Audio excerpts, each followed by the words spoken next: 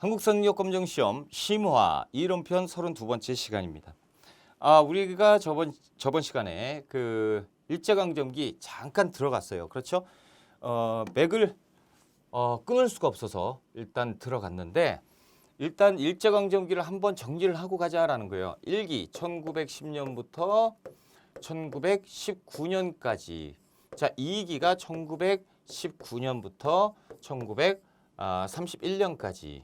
자, 3기가 1931년부터 1945년까지 3기. 여러분들께서는 그 일제강점기 한국사에서 그 미리 보기가 나와요. 그 로마자로 이렇게 표시된 맨 앞부분 있지? 거기를 보시면 돼요. 그래서 1기, 2기, 3기로 나누는데 첫 번째가 이제 헌병무단 통치입니다. 말 그대로 헌병 무단 통치예요. 무자비하게 통치한 헌병이 모든 걸 다 했다. 저번 시간에 잠깐 보셨죠? 우리가 헌병이 군대, 국방도 담당했고 그리고 경찰력도 담당했고 행정까지 다 담당했다라는 거죠. 엄청 살벌한 시기입니다. 그러니까 헌병 무단 통치라고 하면 여러분들께서 이제 이해하기가 조금 어려우실 수도 있어요. 그래서 제가 이렇게 이제 편하게 말씀드리려고 하는데, 자, 우리가 1910년대로 돌아가 봅시다. 우리가 그 대한제국의 백성이에요. 여러분 보세요. 그걸 말씀을 안 드렸구나. 1987년부터 1910년까지 대한제국이었잖아. 그런데요, 조선총독부라고 하잖아요. 조선으로 만들어 버렸어요. 조선. 이게 뭔 의미가 있나요? 조선이 맞아요? 대한제국이 맞아요? 애매하죠. 왜 그러냐면 1910년대 애들이 이 우리가 대한제국이었잖아요. 일본 놈들이 얘기합니다. 야, 이제 니네는 우리나라 속국이야. 그런데 건방지게 제국, 황제라는 게 있단 말이야. 웃기고 앉았네. 야, 니들은 강등시키는 거예요. 조선이야 라고 해서 지들이 강등시킨 겁니다. 그래서 1910년에는 다시 조선으로 회귀해요. 그래서 이제 사람들이 조선 사람, 그렇죠. 일본 놈들은 조센진 하는 게 조선이라는 거야. 그래서 대한제국은 무너진 거예요. 얘들이 무너뜨린 거다라고 보시면 되는 겁니다. 그래서 저는 기분 나빠가지고 조선 사람, 조선인 막 이런 얘기하면서 한국 사람 막 이렇게 얘기해요. 기분 나쁘잖아. 우리는 대한제국이 맞는데, 그렇죠? 헌병 무단 통치가 시작됩니다. 그러면서 우리는 이제 힘이 없어져요. 실질적으로 왕행세를 하는 것이 조선 총독이 들어와요. 그래서 총독부가 집권을 하고 헌병이에요. 여러분 군대 다녀오신 분들은 아시겠지만 우리가 이제 짝대기 하나 둘 뭐 장교 나왔어요? 장교든 뭐든 하여튼 우리가 이렇게 길 가고 있다가 휴가 나왔어. 외출 이렇게 나왔는데 헌병이 지나가. 그럼 어떻게 해요? 이렇게 가지. 왜 그래요? 헌병들이 뭐예요? 경찰들의 군인들의 경찰이란 말이야. 군인들이 잘못하면 잡아가는 애들이에요. 그러니까 헌병 또 가면 애들 괜히 쓸데없이 살벌하잖아. 헌병 출신 있지 또. 헌병 괜히 야, 벽 안 봐? 막 이게 헌병. 내가 어떻게 이렇게 잘 알지? 자, 헌병인데 이 헌병들이 무단으로 통치했다라고 하면 군인들이 무단으로 통치하는 것보다 한 단계 더 위야. 웃지도 않아요. 그냥 막. 그리고 이때는 위화감을 조성하는 단계입니다. 무조건 일본하면 숙여 이런 단계이기 때문에 그냥 찍어 눌러야 돼요. 그리고 헌병들이 뭐든지 다 합니다. 그래서 조선 총독이 자, 여러분 잘못하면 어떻게 하죠? 범죄를 저질렀다. 그럼 어떡하죠? 경찰에 체포가 됩니다. 그리고 법원에 가서 재판받고 재판에 따라서 교도소로 우리가 가잖아. 현재는 그렇잖아요. 근데 이때는 어떻게 하냐면 야, 시간 없으니까 그냥 헌병들이 다 가죠? 라는 거예요. 헌병들이 직결 심판을 할 수가 있다라는 거예요. 직결 심판이 뭐냐면 너 잘못했어? 나리 저 잘못 안 했는데 웃기지 마. 너 잘못한 거고 잘못했으니까 가만히 있어보자. 너 한 50대만 맞자? 그리고 끌고 가는 거예요. 끌고 가가지고 태형 고려시대 때 공부를 했을 거예요. 태형 어떻게 한다고? 묶어놓고 채찍으로 그냥 때리는 거예요. 그럼 한 50대 맞기로 했잖아. 50대 하나 그래요. 50대 다 셌어. 끝나야 되는데 더 때려요. 아니 나이 50대만 야 뭘 50대야. 너 지금 건방져서 안 돼. 한 20대 더 맞아. 그리고 막 때리는 직결 심판권, 직결 처분권 이런 게 있었고 태형령 해가지고 조선 태형령 사람들 그냥 무자비하게 때렸고요. 그리고 이 헌병들이요 길 가다가 조선 사람들, 한국 사람들 그냥 때리는 건 비일비재했고요. 그리고 위화감을 조성을 해야 되잖아. 그러니까 공무원들 있죠. 공무원들은 제복을 입힙니다. 그리고 칼을 장검을 차게 해요. 딱 이거 자체가 무섭잖아요. 근데 더 무서운 건 뭐냐면 학교 선생님들한테 차게 해요. 제복 입고 칼 차고 수업하는 거예요. 말 안 들으면 칼 꺼내면 되지. 줘라? 칼 꺼내면. 이런 살벌한 시기. 그러니까 지금 주민센터죠. 동사무소 가가지고 저 등본 떼러 왔는데요. 등본 하나 떼줘. 뭐 이렇게 오래 걸려? 그러면 벌떡 있네. 이런 젖센짐 빠가야로 그러죠. 그런 다음에 칼 탁 꺼내면 뭐 살벌하잖아. 어떻게 해요? 다시 얘기해봐. 등본 몇 통 떼러 왔습니다. 이렇게 돼야죠. 이게 헌병 무단 통치예요. 이게 이 1910년대입니다. 그냥 길 가다가 두드러 맞고 피투성이 돼도 헌병이 때리면 그냥 모르는 척 지나가고 이럴 때가 헌병 무단 통치 때. 그러니까 이 조선 사람들, 우리나라 사람들, 우리 민족 백성들이 얼마나 막 열받겠어. 한 3명 이상 모이잖아요. 그러면 이거 영모를 도모하고 있네. 그리고 잡아가요. 그리고 지하실에서 그냥 때리는 거지. 이때가 1910년대입니다. 말 그대로 무단 통치를 하게 되는 거예요. 무자비한 무력 통치를 시작하게 되니 1910년대입니다. 자, 그러면서 1919년 3월 1일 날 우리 민족이 못 살겠다 그러면서 들고 일어납니다. 대한독립 만세 만세했죠. 그러면 이제 대한독립 만세 만세 하니까 일본 놈들이 어떻게 했죠? 총 칼로 빵빵빵 대학살극이 일어난 것이 1919년 3.1운동입니다. 그러니까 우리는 그냥 태극기 들고 만세를 했잖아. 뭐 다른 것도 없어요. 태극기 들고 만세했는데 애들이 그냥 총 쏘고 무자비하게 그대로 다 죽여버렸단 말이에요. 그러니까 그 사실이 이제 거기에 이제 돌아다녔던 외국인들이 사진 막 찍고 그리고 각국에 이 사진을 보내요. 그러니까 다른 나라들은 조선이라는 나라는 쬐까라니까 관심도 없지만 일본 놈들이 식민지를 갖고 있었다라는 정도는 알고 있는데 모르는 사람도 신문을 봐요. 신문을 보니까 사람들이 그냥 거기에서 학살을 당하고 있는 거야. 그런 사진 기사가 막 찍히는 거죠. 그래서 일본 놈들이 식민 통치를 이렇게 하더라. 사람, 인권 이런 건 찾아볼 수 없고 사람들 죽이더라. 그러니까 일본에 대한 악감정이 생겨버리는 거예요. 그래서 국제 여론이 엄청 안 좋아져요. 일본 놈들 저거 완전히 나쁜 놈. 이거 사람 같지도 않은 것들이네. 우리가 이런 놈들하고 놀고 있었어. 그러니까 이제 무역 끊고 막 경제적으로 이런 일들이 생겨버리죠. 그러니까 일본 놈들이 깜짝 놀래요.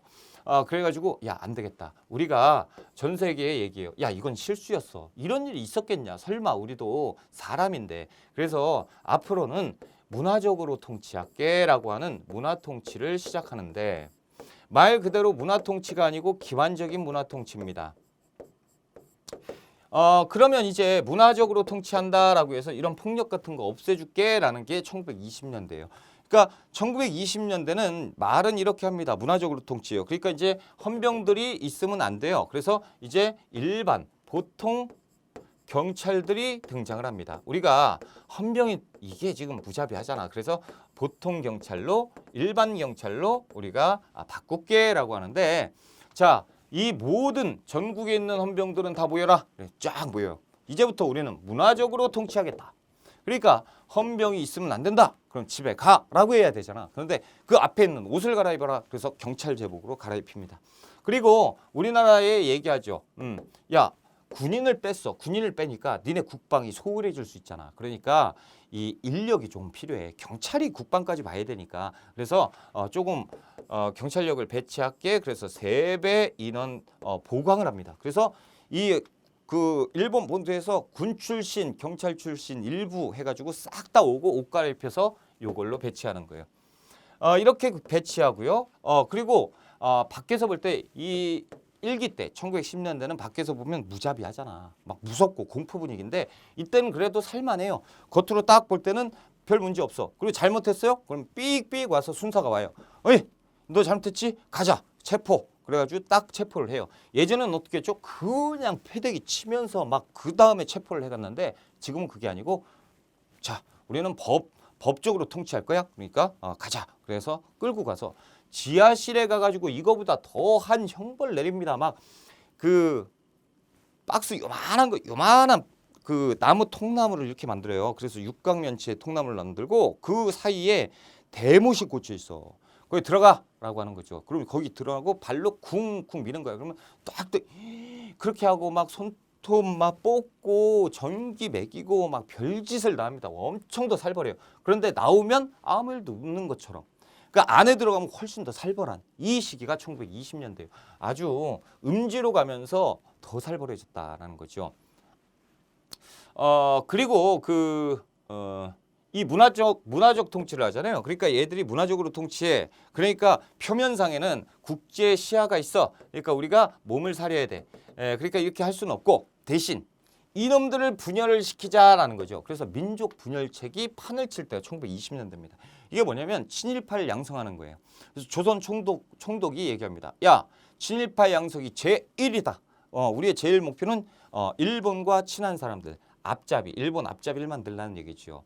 그러니까 독립운동가들을 잡아요. 잡은 다음에 고문을 합니다. 그런 다음에 한참 전기 매겨놓고 얘기해요. 야, 네 뒤에 누가 시켰잖아. 아이 근데 너는 나쁜 일을 했겠어. 너는 엄청 착해. 내가 알아. 너랑 나랑 친하잖아. 근데 지금 상황이 이러니까 그렇잖아. 야, 네 뒤에 누가 시켰어. 그것만 얘기해. 그러면 넌 아무 문제 없다니까. 진짜야. 야, 경우에 따라서 관리도 시켜줄게 라고 얘기를 하죠. 근데 저쪽 놈이 얘기를 했어. 사실은 이랬다. 진짜 관리를 시켜주고 막 그래. 그러니까 사람들이 친일파로 변모하고 그러면서 독립운동가들이 변절하고 이런 일들이 생긴 게 1920년대입니다. 민족 분열책을 추진을 했었던 때가 1920년대. 그러다 1931년, 이 1920년대 후반 가면요. 일본 놈들이요. 경제공황이 옵니다. 경제공황. 그래서 세계적으로 경제공황이 오는데 일본도 타격을 입어요. 일본 놈들이 경제공황이 딱 닥치니까 이때쯤 일본 그 정부에서 뭔 일이 생기면 쿠데타가 생겨요. 군사 쿠데타. 그래서 군사정병이 생겨서 다시 한번 막부 시대가 등장을 해요. 그래서 군인들이 지배하는 이런 시대가 됩니다. 그러면서 제1의 목표는 경제 살리기다. 그런데 생각해보면 우리 일본 사람들 얼마나 착하냐. 그런데 잘못한 거는 이 다른 나라들이다. 세계 열강 애들이 그렇게 잘난 척하고 우리한테 손가락질하더니 결국에 지들이 경제 마비시켜놓고 이 타격이 우리한테 오니까 우리가 잘못한 건 전혀 없다. 그러니까 우리나라를 살리기 위해서는 얘들이 잘못한 거 뺏어오면 되는 것이다. 이런 쪽으로 가버려요. 쉽게 얘기하면. 그러면 어떻게 되는 거예요? 이제부터 전쟁 준비를 하는 거죠. 애들이 군사 쿠데타에서 쭉 해서 이제 전쟁 준비에 박차를 가하고 1931년 만주 사변을 터뜨려 버립니다. 그리고 만주를 장악하고요. 그리고 1932년 상하이를 공격해서 상하이 침략을 해서 상하이를 점령해요.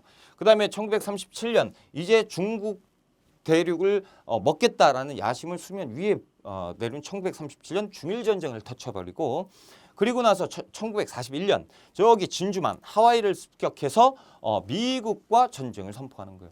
이렇게 완전히 전쟁이 미쳐버리는 때가 1930년대입니다. 그래서 3기 때는 얘들이 전쟁이 미쳤죠? 그러니까 이때는 뭐야?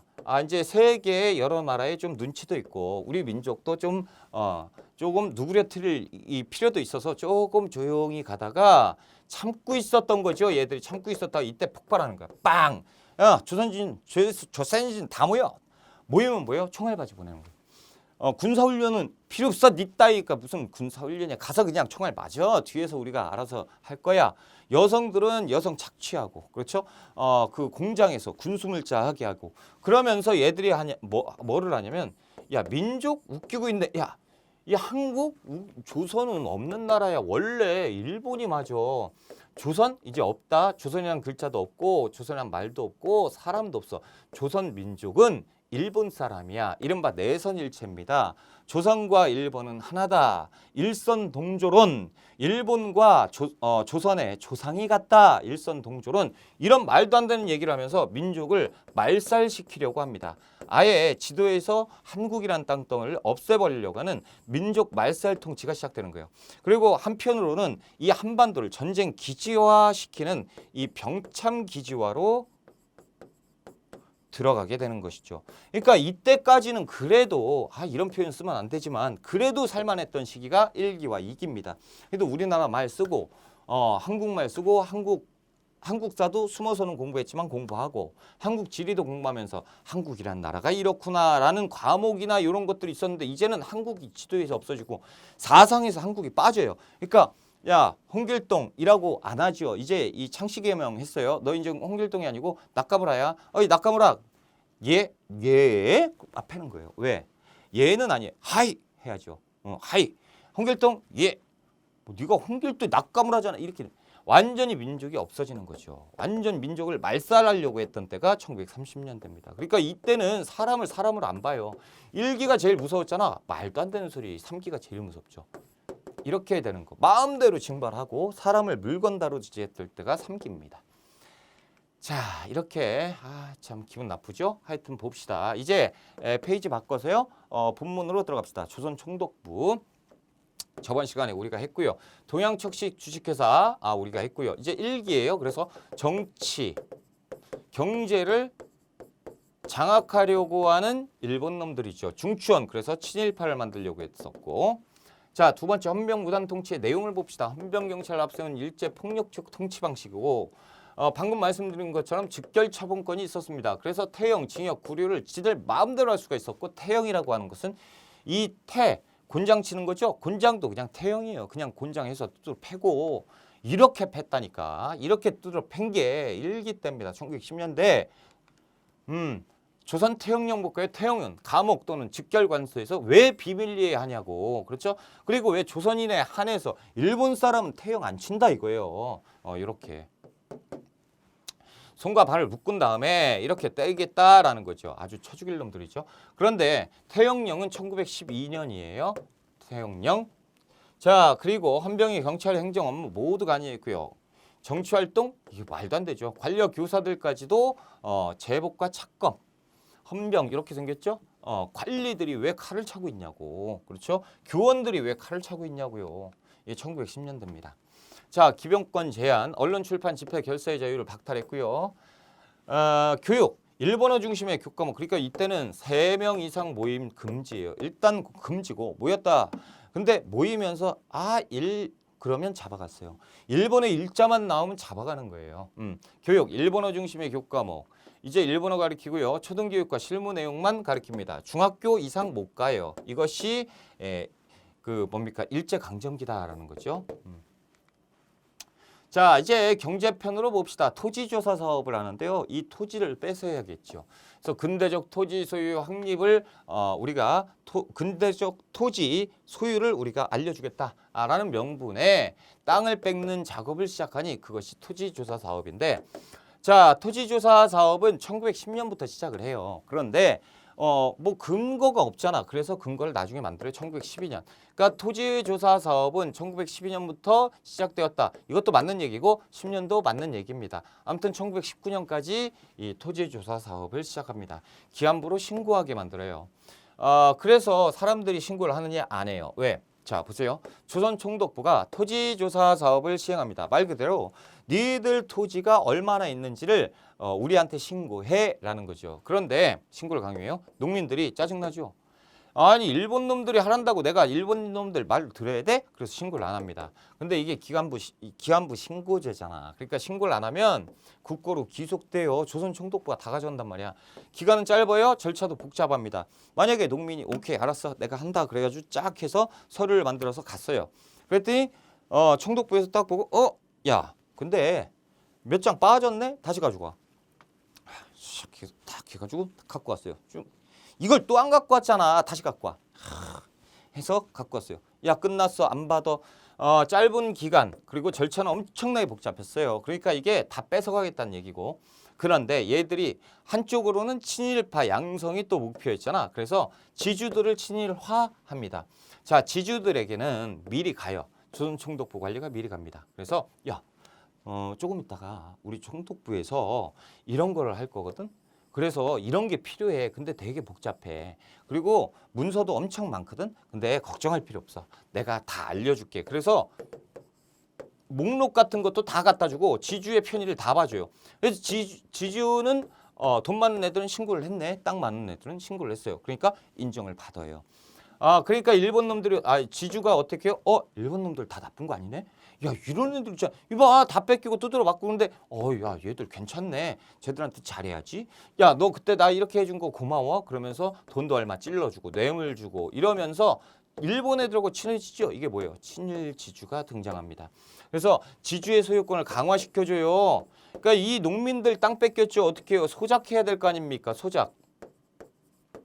근데 소작료는 얼마였어요? 2분의 1이죠. 근데 지주가 누구예요? 친일파예요. 친일파니까 뒤에 누가 봐줘요? 일본 애들이 봐주고 있단 말이죠. 그러니까 지주가 얘기합니다. 야, 소작하고 싶지. 얘 날이 제가 50% 이렇게 하겠습니다. 그랬더니 지주가 얘기하죠. 야, 50% 같은 야, 시대가 바뀌었잖아. 80%네, 80%.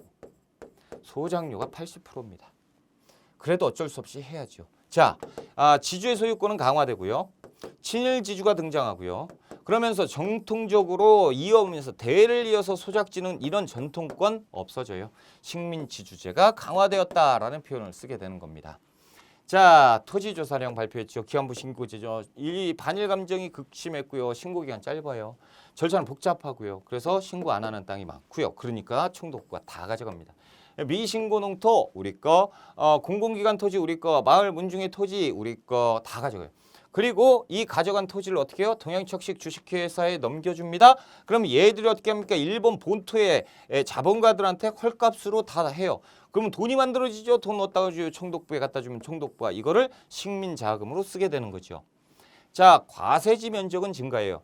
보세요. 세금을 과하는 땅이에요. 그러니까 세금을 부과하는 땅이 늘어났다. 그러니까 총독부는 봐보세요. 토지, 저기 숨겨진 땅 이런 것들이 다 수면 위로 드러나니까 이제 총독부가 세금을 매기고 그럼 세금을 그때그때 낼 거 아닙니까? 그러니까 총독부의 재정은 조금씩 좋아지게 되지요. 총독부의 지세 수입이 급증합니다. 농민들은요 죽어나는 거죠. 식민지주제 확대입니다. 그래서 지주에 관한 거 하나, 소작농의 권리 약화죠. 소작농은 도지권 없어지고요. 기한부 계약 뭐 이렇게 해서 빈민으로 전락하고 안 되는 사람은 그냥 만주 연해주로 가버리죠. 그리고 됐습니다. 산업질탈 산업. 자, 회사령이라는 걸 만들어요.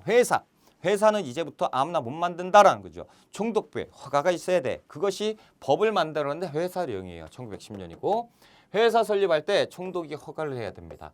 허가 조건이 엄청 까탈스럽겠죠. 그래서 한국 사람들은 경공업으로 한정시킵니다. 웬만하면 허가 안 해주는 거야. 저 총독부 관리한테 가가지고 저 허가 관리가 지금 부재 중이야. 없어. 없어. 내일 한 달 뒤에 1년 뒤에 갔는데 없대요. 안 해준다라는 거죠. 허가제니까 안 해줘요. 그리고 내가 친일파가 됐어요. 이 관리 이거 오셨어? 이렇게 돼. 친일파만 이렇게 만들어주게 되는 거죠. 자, 산업통제입니다. 조선 어업령, 삼림령, 임야 조사령, 광업령 뭐하고 관계 있어요? 땅하고 관계 있죠. 그러니까 1910년대는 죄다 땅과 관련된 거 싹 다 가져갔다라고 보시면 되지 내용까지 모르셔도 된다라는 거예요. 이런 단어가 나오면 언제다? 1910년대다라고 보시면 됩니다. 자, 이제 1920년대로 넘어갑시다. 1920년대. 말 그대로 기만적 문화 통치죠. 문화적으로 통치하겠다. 왜? 3.1운동 때문에. 그렇죠? 그래서 3.1운동의 영향으로 이 헌병 무단 통치에서 문화 통치로 이렇게 변하게 된다라는 거죠. 자, 본질. 식민 통치 방식을 기만적으로, 그렇죠? 유화적으로 한다라는 것처럼 기만책이었어요. 그래서 민족 분열책입니다. 친일파 양성인데 얘들 문서가 딱 나와 있는 거예요. 자, 총독이 얘기합니다. 귀족, 양반, 유생, 부호, 교육과 종교가한테 침투해서 계급화 사상을 창정해 각종 친일단체를 조직하게 해라라는 거죠. 그래서 이 친일단체를 만들게 하면 우리가 지원해주자라는 게 일본 놈들 생각이고 친일적 민간 유지들에게 편의와 원조를 다 해주고요. 그렇죠? 조선 청년들을 분자로 양성하자라는 것이 이 1920년대 조선 총독부의 방침이었다라는 거예요. 자, 목적 한국인의 분열 유도, 친일파 양성, 독립운동의 역량 약화. 그래서 독립운동가들도 친일파로 다 변절하게 만드는 때가 1920년대입니다. 문화통치의 내용. 총독 임명. 야, 총독. 우리가 헌병 대장 중에서 임명했잖아. 그러니까 문관만 뽑으니까 이런 일이 있다고? 야, 우리 아니야. 이제 무관. 이제 문관도 뽑을 수 있게 할게라고 해서 문무관리 중에서 임명하자라는 것이 총독부, 조선 총독으로 이 제도가 바뀌는데요. 실질적으로 단 한 명의 문관 총독도 임명된 적은 없다라는 거죠. 표면상 문관도 할 수 있게 했지만 문무관 중에서 뽑겠다. 그러니까 틀린 건 아니 거짓말은 아니죠. 문무관리에서 임명했으니까 무관만 임명했 뭐가 잘못됐냐라는 거죠. 자, 보통경찰 통치입니다. 헌병경찰제를 보통경찰로 전환하면서 경찰수와 장비를 3배 이상 증가했고요. 고등경찰제라고 만듭니다. 이 고등경찰제는 고등경찰은 뭐 하는 애들이냐면 독립운동가만 쫓아다니는 애들이에요. 독립운동가만 쫓아다니면서 독립운동에 대한 것만 특별조사팀, 특별경찰을 만들었으니 그것이 고등경찰입니다. 그리고 만약에 얘들이요 1910년대 1920년대 들어와서 문화적으로 통치하겠다라고 하면 감옥이 왜 필요해요? 감옥이 엄청 많아졌어. 무슨 얘기예요? 막 그냥 좀만 있으면 잡아갔다는 감옥에 쳐넣고 이랬을 때가 이거다라는 거죠. 그러니까 감옥이 증설되었다라는 것 자체만 봐도 이게 완전히 고도의 기관책 아닙니까? 자, 그리고 치안유지법을 만드는데 이것은 우리가 다음 단원에 가면 잘 공부해요. 일단 1925년 치안유지법 다 외워야 돼요. 이걸 만들어놨는데 독립운동가가 우리가 독립운동 있죠? 독립운동가가 한쪽은 민족주의 독립운동가, 한쪽은 사회주의 독립운동으로 이렇게 두 가지 방법으로 독립운동이 전개가 됩니다. 그래서 이 사회주의계가 진짜 짜증난다라는 거죠. 그래서 사회주의계 독립운동을 탄압하기 위해서 만든 법이 치안유지법인데 말은 그럴싸해요. 이 나라의 치안을 안정적으로 편안하게 유지해주겠다라는 법을 만들게 됩니다. 치안유지법 하면 사회주의 독립운동가들 탄압하기 위한 정책이에요. 언론 어떻게 해요? 동아일보, 조선일보 이런 민족신문 발행을 허가해줘요. 문화적으로 허가해주는 것처럼 보이지만 실질적으로는 사전검열, 기사, 삭제, 정간, 폐간 지들 마음대로 다 한단 말이에요. 자, 교육정책은 2차 교육령인데 한 번에 다 정리를 할 거예요. 나중에. 일본어 교육 강요하고요. 밀립대학 설립운동을 방해하기 위해서 경성제국대학을 설립합니다. 경성제국대학. 자, 이것도 이제 다음 단원에 자세하게 제가 공부를 할 거니까 넘기고요. 일단 경성제국대학, 경성제대라고 하면 1920년대 기타 중추원의 확대 개편, 제복 착검 태형 이런 거 폐지하죠. 한국인 관리로 임명하니까 친일파 양성이고 식민사관 이런 것들. 결과 민족 독립운동의 내부의 분열이 초래되긴 했습니다. 이런 결과를 낳긴 했어요. 타협적 민족주의, 그렇죠? 타협하는 사람들이 생겨났고 이 타협적 민족주의를 자치론이라고 하는데 이것도 우리가 다음 단원 가면 자세하게 세부적으로 공부를 할 거예요. 자, 이제 산미 증식 계획을 한번 봅시다. 산미, 쌀을 생산하는 것을 증식하는 거예요. 자, 배경 1차 세계대전 이후에 공업화가 일본에서 빠른 속도로 발전을 하고요. 이촌 양도가 심화됩니다. 자, 이 내용을 한번 볼 필요가 있다는 거죠. 자, 1920년대죠. 산미 증식 계획인데 일본 본토에서 1920년대 되면 산업이 급속도로 발전합니다. 그러면서 농촌에서 사람들이 도시로 이동을 하는 이촌양도 현상이 발생을 해요. 그러니까 노동력이 부족해지죠. 그러니까 농촌의 농민들이 많은 수가 빠지니까 쌀 생산량이 감소할 거란 말이죠. 그러면서 쌀값이 폭등할 거예요. 그렇죠? 이런 문제가 생기는 거야. 근데 사람들이 많으니까 도시의 쌀값이 너무 비싸니까 쌀을 못 먹어. 너무 힘들다라는 거죠. 이것을 일본 본토에서 생각하다가 야, 조선 총독 너 요새 할 일 없지? 요것 좀 생각해봐. 요거 지금 우리나라 난리다. 야, 요거 한번 생각해봐. 알았지? 조선 총독이 생각합니다. 탁 총독부에서 생각하다가 야, 그럼 간단하잖아. 이 조센주들한테 쌀을 많이 생산하라고 그래. 다 뺏어가면 되겠네? 이런 생각을 하죠. 그래서 수리시설, 저수지를 확충해주고요. 이 품종도 좋은 걸로 개량하고 비료도 개선해줍니다. 그러면서 농민들에게 생산량을 증가시켜주고 그리고 농민들에게 교육을 시켜줘요. 야, 이렇게 농사를 지니까 안 되잖아. 이렇게 하면 좋아. 그리고 종자도 이런 거 써야지. 우리 총독부 차원에서 지원해줄게. 야, 많이 생산을 한 말이야. 라는 거죠. 그래서 원래 생산량이 있잖아요. 생산량, 원래 생산량이 있는데 이제 원래 생산량보다 많이 생산된 거, 증산된 거, 이걸 증산량이라고 하는데 이 농민들이 얘들 봐라. 그 돈도 얘기 안 해요. 그냥 막 주고 저수지 해주고 막 농기구 좋게 해주고 막 이렇게 해주니까 농민들은 일본 애들이 이렇게 착한 일을 할 때도 있네. 그래, 그럼 이건 그래도 고맙긴 고맙네 하면서 생산 추수를 냈습니다. 생산량이 늘었어요. 자, 그런데 이 증산량이 있잖아요.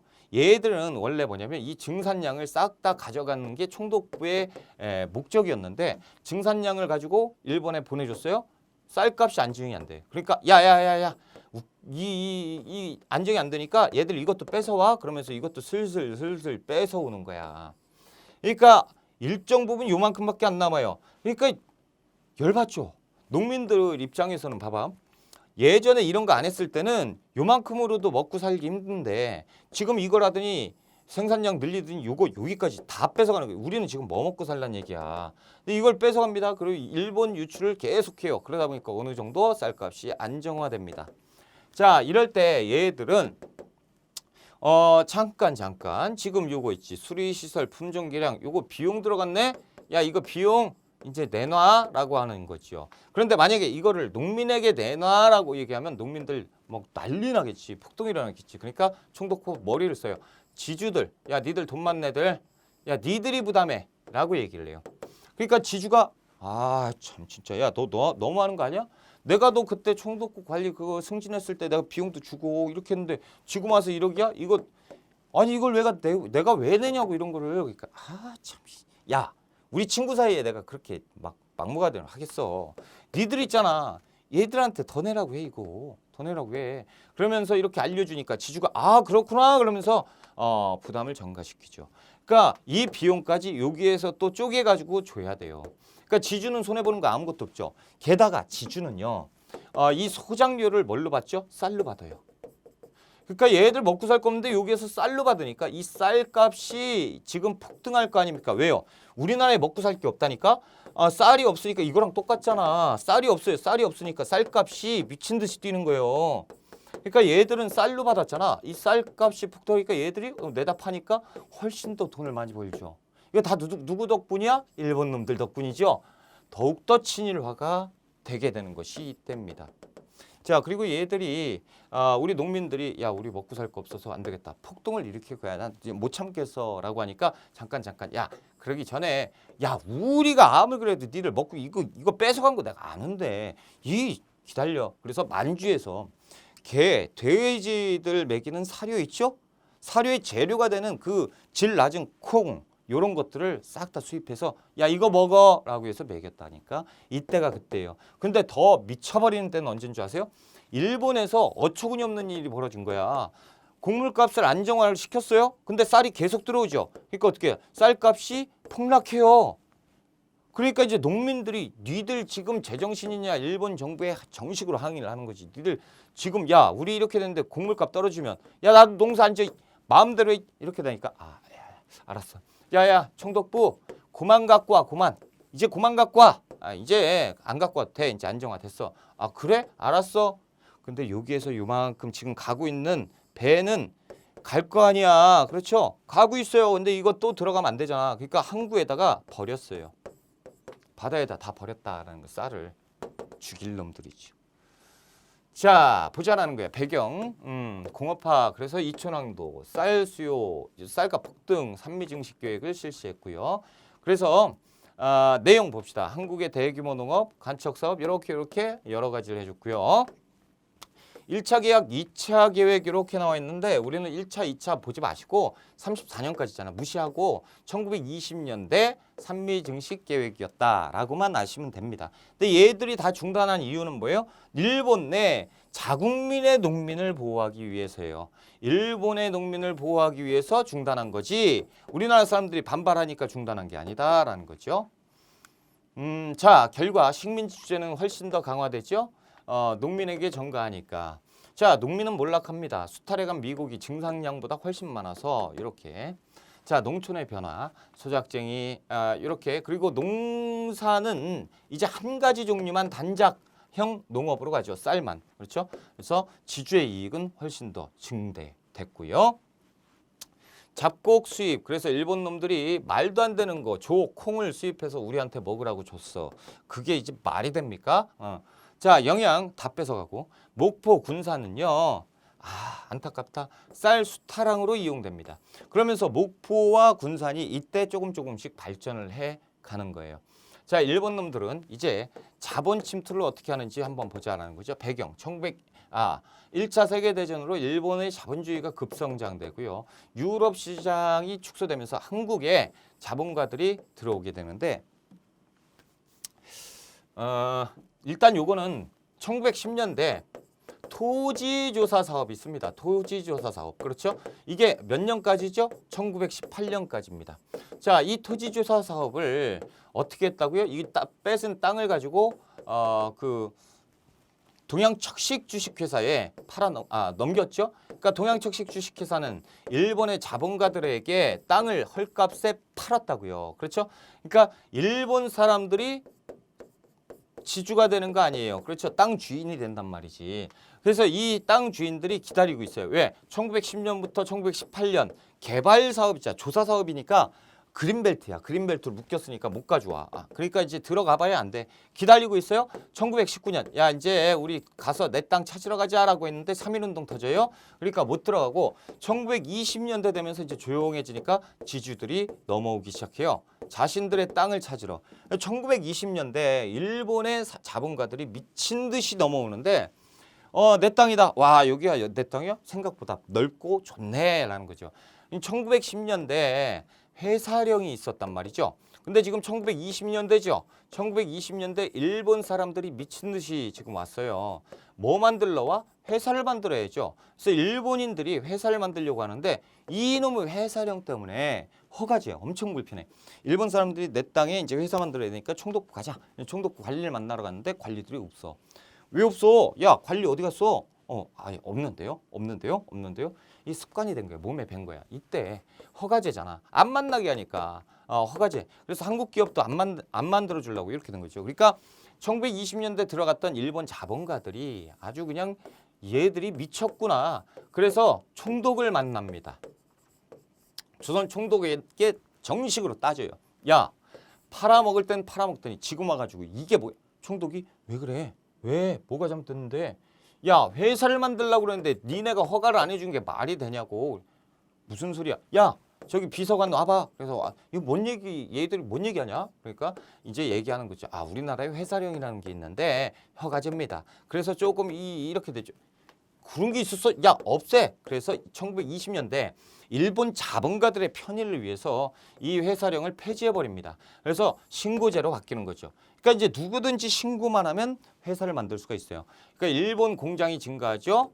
게다가 일본은 무관세예요. 그러니까 이제 공장들이 막 물건 하면 막 파는데 이윤이 막 남아. 그런데 반사적인 이익으로 우리나라 사람들은 신고를 해봤어. 그랬더니 만들어지는 거야. 신고제니까. 그래서 민족 기업도 증가합니다. 그래서 일부 한국 사람들은 자본가로 성장할 수도 있었는데 그러다 보니까 일본에서 만든 거, 우리 민족에서 만든 물건들이 있잖아요. A라는 물건을 일본과 일제와 한국제로 이렇게 나눴는데 무관세야. 그러니까 이게 100원에 팔아야 되는데 일본 애들이 야 50원 때려. 이렇게 팔아버려. 한국 사람들은 이걸 이렇게 하면 안 돼요. 왜? 세금을 내야 되니까. 그래서 100원에 팔아요. 그러니까 일본 거만 물건도 좋죠. 값도 싸죠. 한국 거는 물건 질은 안 좋죠. 값은 비싸죠. 안 사는 거야. 그러니까 사람들이 이제 야 봐라. 우리 한국 사람 정신 차려야 된다라는 거죠. 한국 사람들이 일본 물건을 사지. 왜? 일본 물건 질도 좋고 싸니까. 이걸 사. 그러면 얘들이 일정 부분 세금이나 이런 것들이 어디로 가? 총독부로 가. 그러면 이 총독부에서는 이 돈 가지고 뭐해? 우리를 식민 통치해. 그러면 내가 이 돈을 일본 거를 사게 되면 식민 통치를 더욱더 강화하는 요런 현상을 나타나게 해. 그러니까 아무리 비싸더라도 우리가 만든 거를 우리가 써야 되지 않겠냐. 자, 아무리 세금이 간다고 해도 일부는 독립자금 쪽으로 갈 수도 있다라는 거죠. 그러니까 우리 물건을 우리가 만들어서 쓰자라고 하는 1920년대 물산장려 운동이 이렇게 해서 전개가 된다라는 거죠. 자, 됐습니다. 그래서 됐고요. 1930년대로 갑시다. 민족 말사 통치예요. 자, 세계경제공황 이런 것 때문에 얘들이 미쳐가지고요. 전쟁 준비하고 일본의 쿠데타. 그래서 군국주의가 만들어졌고요. 얘들은 대의를 위해서 소의 희생은 당연한 거다라고 하는 거죠. 그래서 일본 제국주의 만세 이렇게 하면서 자폭하고 자살하고 이런 것들을 했던 때가 1930년대예요. 무서운 놈들이. 자, 이 민족말살통제 때 시작은 만주사변입니다. 1931년 만주사변, 37년 중일전쟁, 41년 태평양전쟁 보세요. 자, 1931년에 일본 놈들이 만주국을 정복을 합니다. 그럼 만주를 쳤는데 만주가 그냥 무너져요. 그래서 일본 땅이 돼버렸네. 자, 그 다음에 어디에요? 상하이 사변 터치고 그 다음에 중일전쟁 터치요. 그러니까 일본은 일본, 조선, 한반도 일본 거, 만주까지 일본 거. 자, 그리고 중국 전쟁을 터트려요. 그 다음에 얘들이 어딜 터쳐요? 진주만, 하와이를 습격해요. 그러니까 지금 완전히 지금 정신 나갔죠. 여기 장악하고. 그러니까 얘들이 이쪽에 이렇게 갔을 때 요 정도 이제 그 전쟁에 어느 정도 우위를 점하는 거예요. 시작과 동시에. 왜냐면 중국은 내분도 있었고요. 아직 독립이 제대로 되지 않았어요. 중국이 정신없는 상태에 틈타서 일본 애들이 군대를 재정비해서 공격을 했잖아요. 얘들은 철저한 준비를 했고 얘들은 철저한 준비가 없었고 싹 다 털리게 된단 말이에요. 자, 게다가 이 미국 애들이 야, 저 뭐 어쩌고 저쩌고 하니까 야, 미국은 뭐야? 그래서 쳐버리는 거죠. 하와이.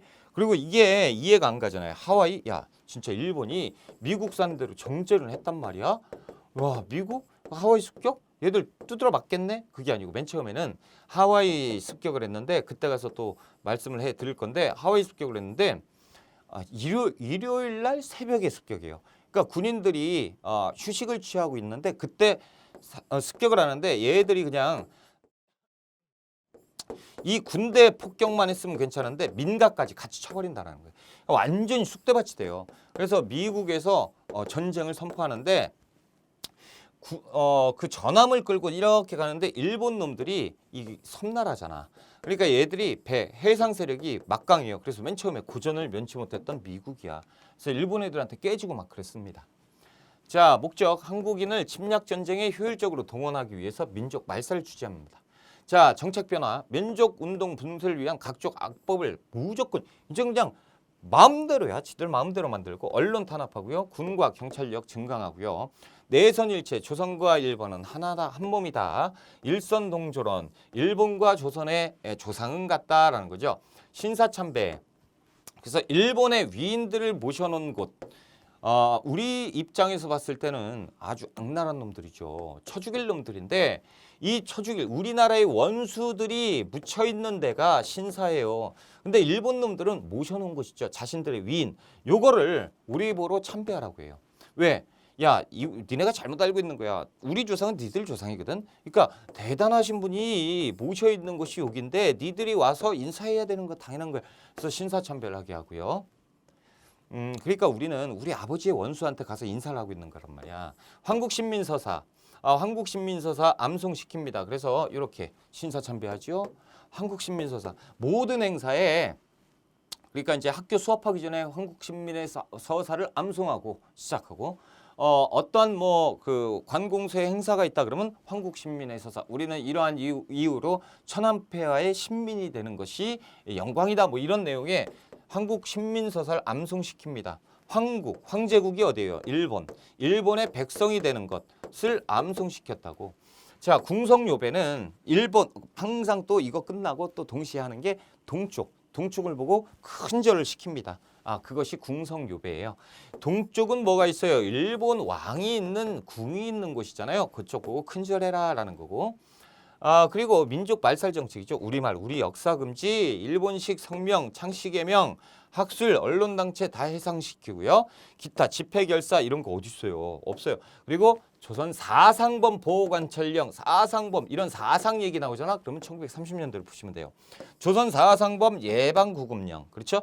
국민정신 총동원, 조선연맹 이런 것들을 조직해요. 정신, 사상 이런 것들 다 1930년대예요. 왜요? 민족 정신을 뜯어내고 새로운 걸 집어넣어야 되거든. 그러니까 정신, 사상 이런 것들. 10호 단위의 애국반, 그러니까 10호 단위의 애국반을 만들어서 감시하는 거야. 쟤들이 다른 짓 하나 이거 감시하게 하는 것이고. 자, 이제 경제적으로 봤을 때 병참기지를 만듭니다. 한반도를 전쟁 기지로 만들려고 했던 것이 1930년대예요. 침략 전쟁 수행을 필요한 병참기지가 필요했어요. 정책, 침략 정쟁에 필요한 인적, 물적 자원을 무조건 다 뺏어가요. 사람도 물건 취급해버려요. 다 뺏어가고 군수물 생산에 필요한 중화학공업, 광공업 이런 것들 육성했고 군수공업 생산 됐고 남면 북양도 1930년대로 보시면 돼요. 남쪽에는 면화를, 북쪽에는 면양을 했습니다. 그래서 이것을 공업 원료 공급지로 삼아가지고 이렇게 했었다라는 거죠. 남쪽에는 면화, 북쪽에는 양. 영양 뭐 공업발적 지역적 편차 심화됐고 뭐 하여튼 안 좋은 거겠죠. 모르셔도 돼요. 그냥 다 안 좋은 거니까. 자, 인적 수탈입니다. 사람을 훔쳐가요. 중일전쟁 1937년 이후에 얘들이 완전 미쳐버립니다. 그냥 사람 다 보이는 대로 다 잡아가지고 끌고 가는 거야. 몰라 그냥 끌고 가서 보는 거예요. 그냥 이게 이제 인력 수탈 강화. 1938년 지들이 근거를 만들어요. 국가총동원법이다라는 거죠. 지금은 전시 상황이다. 모든 사람들은 한국 시민이기 때문에 전쟁에 나가야 된다라고 할 때가 1930년대입니다. 그래서 1938년 그것을 문서화시킨 것이 국가총동원법이에요. 국가총동원령 1938년. 정부는 국가총동원선 필요할 때 아무 때나 시민을 징용할 수 있다라는 거죠. 국가총동원상 필요할 때 전시에 뭐예요? 지금 이런 얘기가 나오면 국가총동원법 1938년 연도도 중요해요. 자, 지원명제 실시했죠. 약 18,000명 뽑아갔고요. 국민 징용령 100만 명. 여러분, 징용은 뭐냐면 용역. 그렇죠? 그러니까 노역에 종사하게 하는 거예요. 그래서 막 뽑아가가지고 광산 요런 데 지금 막 뽑아가지고 막 광산 일 시키고요. 그리고 철도 있죠. 철도. 엄청 살벌했어요. 막 한겨울에도 그냥 철도 해가지고 실제로 꽃갱이로 자기 발등을 찍었는데 자기가 찍은지 모르는 거야. 동상 걸려가지고. 이런 일들이 있었을 때가 이때입니다. 자, 1943년 학도지원병쟁에 4,500명, 징병제 20만 명. 그게 지금 몇 명 뽑아간 거야. 말도 안 돼. 그냥 뽑아간 게 아니고 그냥 몇 명을 수탈한 거야. 그렇죠? 병력, 지원병제 1938년제, 학도지원병제 43년, 징병제 지금 다 뭐예요? 군대 관련돼 있죠? 징용령, 징병제 뭐 다 뽑아간다 이런 느낌이다. 그럼 1930년대 후반으로 다 푸시면 돼요. 자, 여성도 동원하죠. 정신대 근로령. 여성은 두 가지로 나누어서 뽑아갑니다. 하나는 이제 성노예로 놀이개로 뽑아가는 경우가 있고 하나는 또 노역에 봉사하게 하는 거죠. 아무래도 남성보다는 여성들이 이 섬유나 이렇게 세부적인 거 있잖아요. 이 세세한 작업, 디테일한 작업은 여성이 잘하잖아요. 그러니까 여성들은 한쪽으로 공장으로 뽑아가고 한쪽은 그 군대에 성놀이개로 뽑아가고 이렇게 돼요. 그래서 여자 정신대 근로령을 제정을 했는데 이때 노동력 동원했고요. 일본군 위안부로 이렇게 했다라는 거죠. 이것이 이제 연합군이 구출을 했어요. 지금 기분 좋아요. 그렇죠. 여성들을 우리가 구출을 했잖아요. 그런데 임신하고 있었고, 안타깝다. 여성들을 시간이 그냥 뽑아가는 거죠. 이 일본 놈들이 뭐라고 하냐면요. 우리는 정부하고 상관없다. 너희들이 매춘한 거 아니냐. 그러니까 돈 벌려고 온 거지. 얘들이요 어떻게 하냐면 그 전쟁이 터졌잖아요. 전시 상황에 각 직진마다 찾아다니면서 얘기해요. 전쟁이 터진 거 알지? 근데 니들 먹고 사는 거 힘들잖아. 그래서 저쪽에 그 가면 지금 전쟁터에 가는데 같이 갈래? 아유 왜 가요 내가. 근데 전쟁터에 뭐가 있냐면 사람들이 많이 다쳐서 간호사가 필요하단 말이야. 그래서 간호사 지금을 따지면 한 월급 한 6,700 줄게. 갈래? 그럼 생각해 볼게요. 그래서 집안 회의를 해서 갔다 올게요 아버지. 그래서 갑니다. 그러면 간다고 하면 이제 트럭이 와요. 트럭이 와가지고 거기에 딱 타고 가면 어디예요? 위안소지요. 그렇죠? 이런 데로 끌고 가고. 그리고 이게 뭐 중앙정부의 정부 차원에서 한 게 아니라고 장부 다 있습니다. 이 그 증거돼 있는 거 증거로 돼 있는 얘들이 중앙정부 차원에서 이렇게 계획적으로 이렇게 착취했고 이렇게 사기쳐서 데리고 갔고 했던 내용들 다 증거로 다 있다라는 거예요. 그리고 임신했잖아요. 방금처럼 임신하면 어떻게 하는 줄 알아요? 그냥 마취도 안 합니다. 그냥 배를 째요. 그래서 애를 끄집어내고 그냥 대충 꼬매가지고 살면 다시 또 시키고 죽으면 그대로 죽는 거고. 그리고 이제 그 패전을 하잖아요. 전쟁 중에 패전하잖아. 그러면 패전했으니까 도망가야 하잖아. 도망갈 때 여자들 이거 걸리적거린다 이거야. 그래서 구덩이를 파가지고 생매장 시키고. 자, 일단 물적 수탈입니다. 식량 수탈, 식량 공출제. 그래서 이런 공출 이런 단어가 나오면 전시 상황이다라고 보시면 되고요. 식량 배급제 이런 것도 전쟁하니까 배급하겠죠. 산미 증식 계획을 재개했다라고 하는 게 재개. 재개했다 그러면 3기로 보셔야 되고 산미 증식 계획을 시작했다라고 하면 20년대, 재개했다 그러면 3기 39년인데 뭐 30년대 후반 이렇게 보시면 돼요. 가축 증식도 막 있고요. 막 교미를 미친 듯이 시키는 거야, 얘들. 이게 상식적으로 우리는 좀 이해가 안 되잖아요. 가축을 어떻게 증식하지? 마음대로 막 교미시키고 막 해가지고 막 늘려버리는 거야. 왜? 그 먹으려고, 그렇죠? 전쟁 물자 필요한 쇠붙이 이런 것들 다 가져갔어요. 그래서 교회, 뭐 불교, 뭐 이런 종이나 이런 것들이 제 쇠붙이 많이 있는 거 싹 다 가져갔다라는 거죠. 이렇게 다 가져갔다, 다 가져갔다. 아주 기운 빠져가지고 진짜 강의를 못 하겠네. 진짜 짜증났어. 다행히 끝났어요. 아우, 기운 빠져, 그죠? 우리가 여기까지 하고요. 조금 쉬었다가, 열받아. 조금 쉬었다가, 다음 단원 들어갈게요. 쉬었다 갑시다.